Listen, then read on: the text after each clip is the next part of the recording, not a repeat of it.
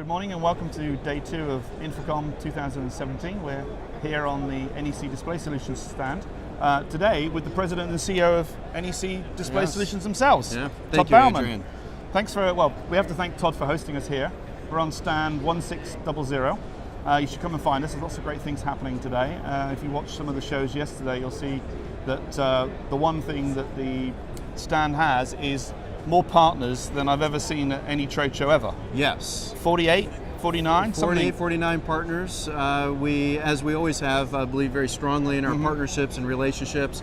We look at bringing not only the best technology from NEC to the market, but also the best technology from our partners. But I think more so than any other display manufacturer, or probably exhibitor, 48, 49 partners is amazing. You have these little tabs which we love, which you started last year, which lists all the people involved in a little product. So you'll see a Chief, a One Lam, Intevi on a stand, which is great innovation. Whoever come up with it, they need an award.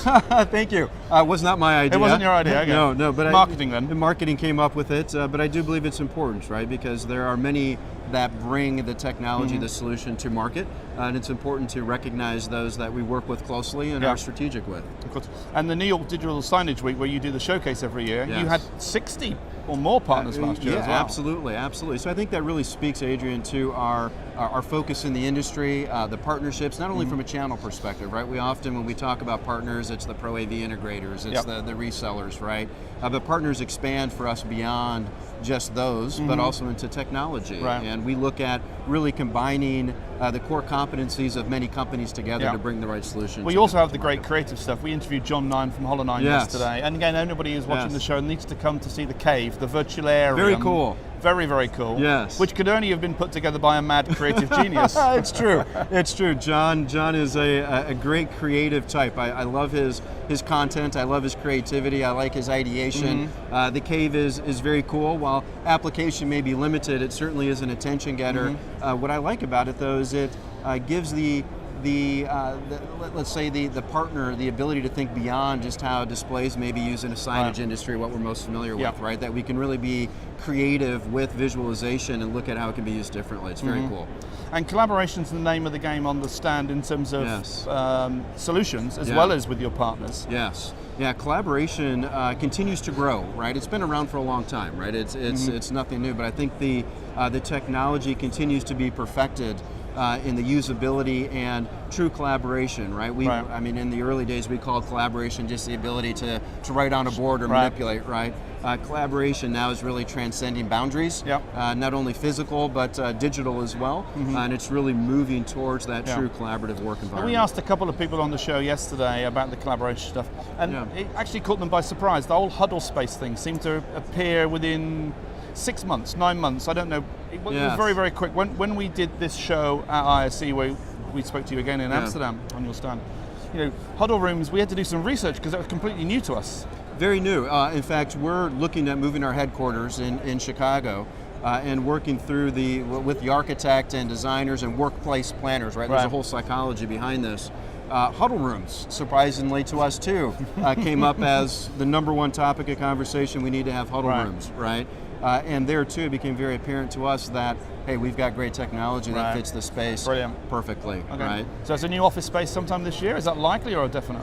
It is definite. Wow. We're working through the timeline, so we do not have a lease yet signed, but it is definite in the future. So you'll be saying goodbye to Itasca? We will be saying goodbye to Itasca. New location, not yet disclosed. Okay, damn. Yes, but we will be staying in the immediate area. Chicago area. Yes, absolutely. That's good to know. We look forward to coming and seeing that. Look forward to having you there. Now, you guys have been doing some great stuff with LED. I mean, we've been showing the interest in the Stuart film screen that's behind us, behind you, behind me, has been immense. But the LED stuff that you've been doing is amazing. This is 2.5 mil LED behind us. Right. To use that as a broadcast backdrop is unbelievable. When we first saw it, we thought it was lower than 2.5. Yeah, absolutely. It's the resolution and just the beyond the resolution, the ability with the finer pixel pitch to do many things, right? We've got the finer pixel pitch around the corner. It's just really a technology for us that has taken off in the application, the usage, as we have here, where maybe traditionally not thought as a broadcast capability. really we were able to perform and show that. And you've done some. I know you can't talk about a lot of them, but you've done some really big installs in the big cities in North America. Yes, absolutely. We've had some very big installations. Some that are well, many more that are on the docket as well, with many big brands being used in. I think what's very interesting, used in many different verticals, not just a retail environment that we often think of, or a stadium, let's say, but used in a wide variety of verticals, from transportation to broadcast, as we have here. And projection seems to be having a bit of a resurgence, which may have also caught many people by surprise, hasn't it? I mean, projection's becoming amazing. It is, and certainly I think with the laser technology, it really has improved the brightness capabilities. Equally important with that brightness, the application, the usage in different ambient conditions have really brought the technology again to the forefront. But edge blending also has really been popular, where even in broadcast, we are now seeing large screens being run with 3 to 4 projectors in an edge blending environment that looks absolutely stellar, amazing. Now, we've only ever seen this from NEC partners, but we know of one NEC partner in North America and one in Europe that's using using projection for menu boards. Yes. And doing some amazing things with it. I mean, real creatively clever stuff. Absolutely. And again, I think the brightness, right, and the laser capability that allows that now brings it into markets where maybe ambient light conditions were an issue. That's no longer a problem. Okay.